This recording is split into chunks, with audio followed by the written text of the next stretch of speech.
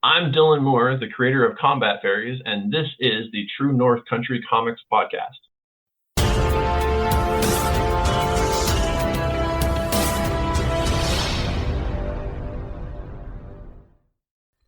Welcome to the True North Country Comics Podcast, dedicated to promote Canadian comic book and graphic novel creators and supporters.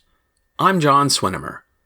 On this episode, I chat with Dylan Moore about his comic book series called Combat Fairies on Kickstarter. Please like and subscribe to this website by hitting the subscribe button so you'll be notified about new podcast interviews and article posts. This podcast is available wherever podcasts are enjoyed. Please like, follow, and subscribe. Based in Vancouver, British Columbia, Dylan Moore started working as a freelance cartoonist in high school and began animating soon after. Currently, Dylan teaches several classes at Vancouver Film School in their Foundation and Connect programs. Independently, he's animated music videos, promos, and animated segments and live features. Under his Outhouse Cartoons banner, he's written and directed 2 feature-length animated films, The Case of the Midnight Murderer and The Snot That Ate Port Harry. Previously, Dylan created a webcomic called Cowman, The Sex, Drugs, and Candy Canes, the Santa Claus Story graphic novel, and has created an annual horror anthology called Stories to Shock. Dylan's latest project is the Combat Fairies Volume 3 graphic novel on Kickstarter. The story of Combat Fairies goes like this. Centuries ago, the Otherworld decided to hide itself from the mortal realm, but now the mortals have broken out into their Third World War. The question is raised, do they stay hidden, or do they come out of the shadows and help end the bloodshed? It's a dividing question that leads to a civil war. As the two worlds fall apart, a tactical team of fairies are sent on mission after mission until a new target forces them to question their place in everything. So, without further ado, here's my chat with Dylan Moore about his graphic novel, Combat Fairies Volume 3, on Kickstarter. So, Dylan Moore, thank you very much for taking time to chat with me. Hi, John. Thanks for having me. I appreciate your time. Before we go on all the questions, I would like to know, what was the first comic book that you read? I think it was either, I remember getting a Ninja Turtles comic when I was really young that came with like a cassette tape that you could like listen to along with it. It wasn't part of the original Eastman and Laird run. I think it was one that they did in conjunction with the cartoon. But it also might have been a Swamp Thing comic that was probably way too old for me at the time, because I remember getting into this. It was a short-lived Swamp Thing cartoon, and I got into the movie, and my parents took me to a comic shop, and I was like, it's time to get you a comic, Dylan. And that's what I picked out. But I think the Ninja Turtle one might have come first as a gift, but the Swamp Thing was the first one that I remember like picking out off of a rack and being like, I want this. Sure. Well, those are great comic books even today, but I'm wondering who or what inspires you to create today? I mean, like I grew up with, I'm a huge movie nerd as well as a comic book nerd. So I think a lot of it was just growing up and just consuming so much of this creative stuff and always loving to draw and stuff until it just kind of like built up and built up and built up. And then I had to start making stuff of my own because I got so excited reading or watching these different things. I wanted to honestly probably do it for myself more than anything until I got a little bit more confident and thought that, oh, maybe other people would also enjoy this stuff. So I think it built out of that. And then today it kind of continues to, like, if I read a comic that I'm really excited about and inspired by, then it gets me excited to sit down and make my own. That's cool. Now, I was looking at your background on your website, Outhouse Cartoons. So I've got to ask you, if you could summarize, if someone were to ask you, what's your background? Animation for the longest time was my main trajectory. So I went to school for that. I decided at a pretty young age that's what I wanted to do.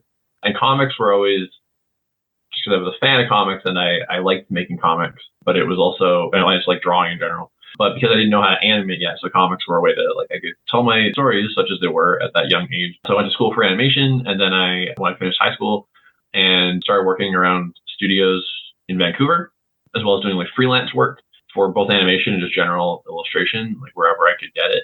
I had been making comics as like a hobby on the side, and then I kind of paused it a little bit while I was focusing on animation, and I was busy with things and did some animated projects of my own as well.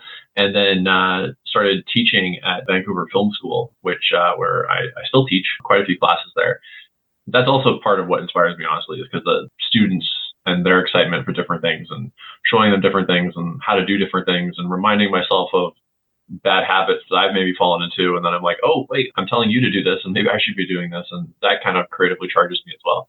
But also as a teacher, it gave me a chance to, I had that steady gig that I really enjoyed and was still within the creative field. That gave me a little bit more freedom to kind of start getting into my personal projects again. And then I started to get more and more into comics again, making comics, both as a writer and an artist.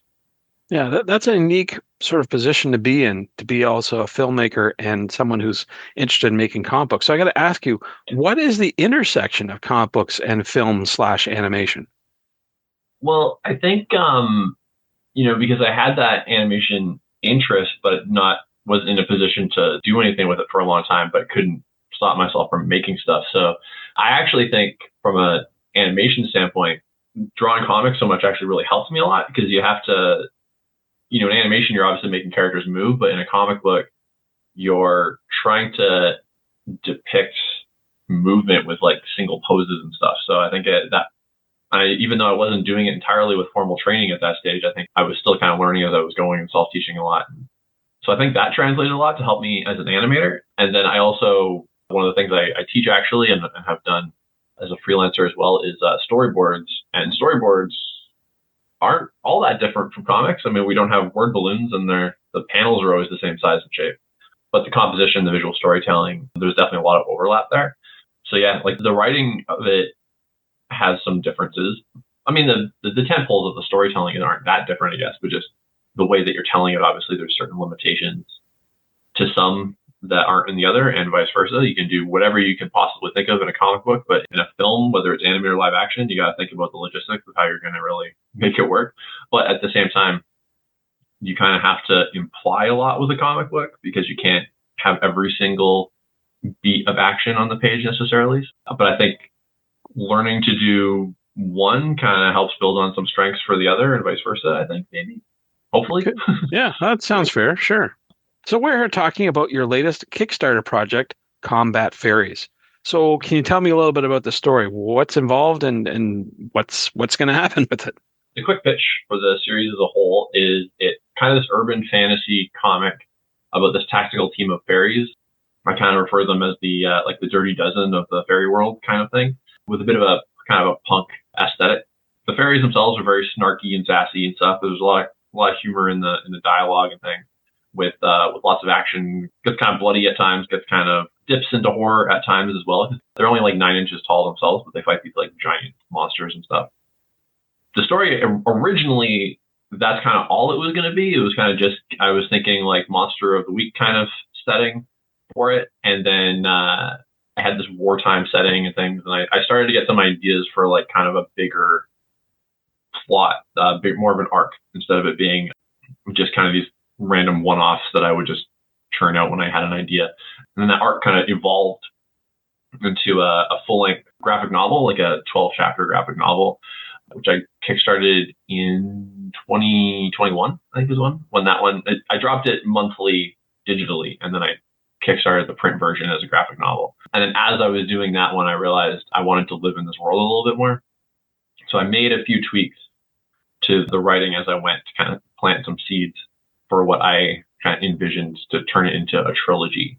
Now I've just recently finished the third volume, so the final chapter of the third volume, which is also dropping monthly right now at the moment, but is going to be live on Kickstarter. I guess at the time that people are hearing this, it'll hopefully already be live will be live very soon, to get that last graphic novel version in print. So we'll have a complete trilogy of the Combat Fairies and all their adventures.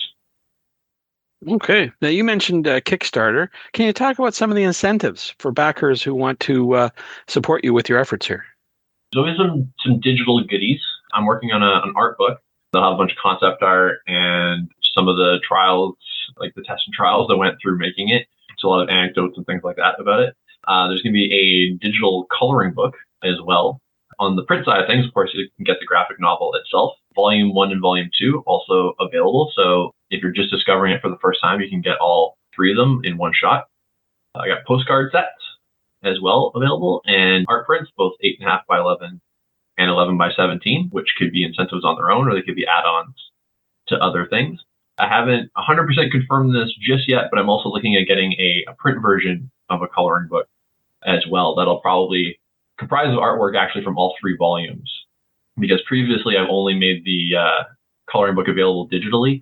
So I'm hoping for this last one I can get some print versions as well. There's also going to be stickers and pins and things like that. And I might throw in some extra ones, but I won't. I have to keep an eye on the actual Kickstarter to see if those extra ones show up or not. I got a few extra ideas that I haven't 100% figured out yet, but there'll be quite a few prints and digital options as well as the comic itself. Sounds like a little bit of something for everyone. So lots to look forward to. Hopefully. Yeah. So besides this interview we're doing, what other plans do you have to promote the book when it's available? I stream on Twitch a couple times a week already. I'll be doing a few extras of those that are Combat Fairies centric. I'll draw the cover for the collected edition one night, and I'll color it another night. I'll also do the same thing with the back cover. One of the stretch goals will be a bonus postcard print. That'll just come with every physical backing reward. If we hit that goal, that'll be on the stream as well. And another stretch goal is to actually do a Combat Fairies short story.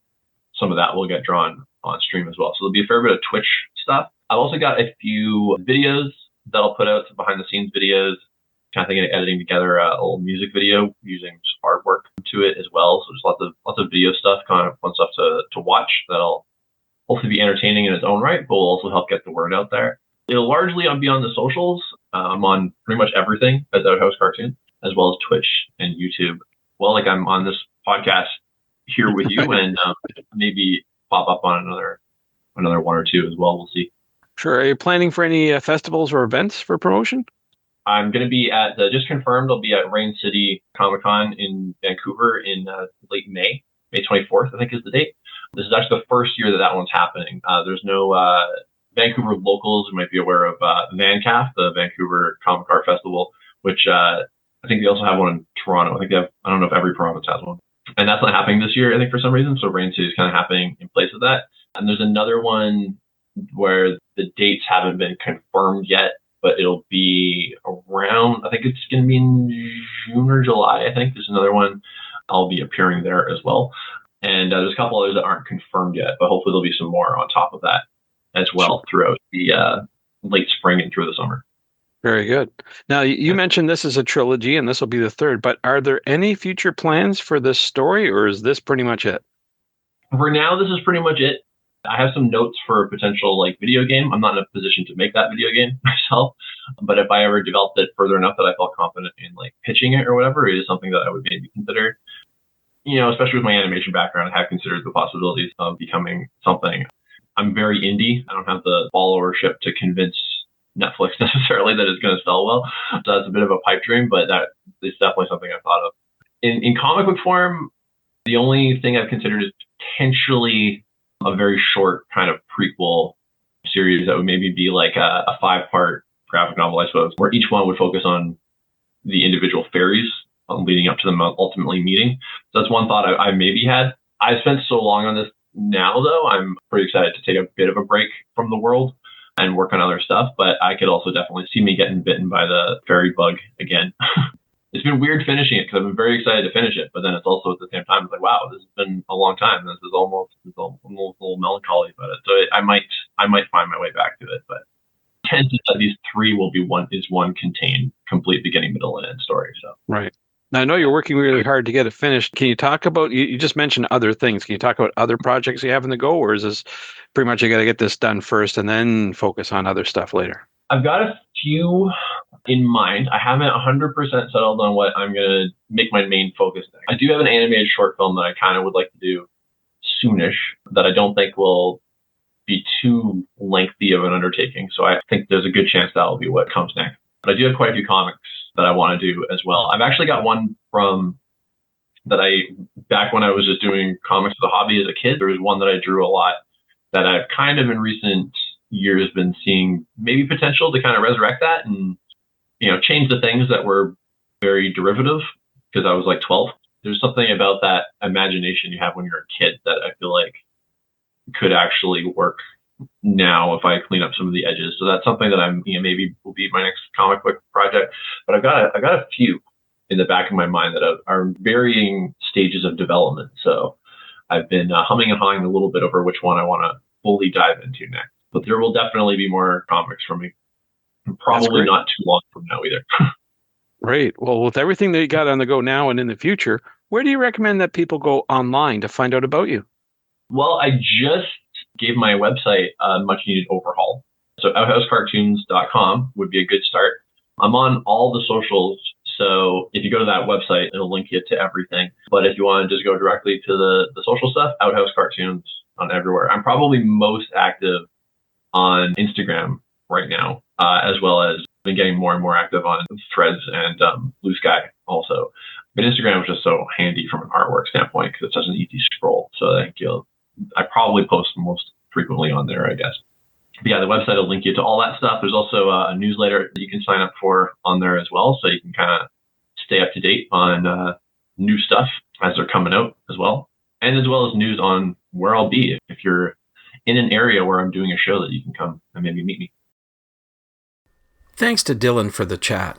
You can discover more about Dylan Moore online at outhousecartoons.com and on Instagram at instagram.com/outhousecartoons. You can discover more about Combat Fairies graphic novel Volume 3 on Kickstarter.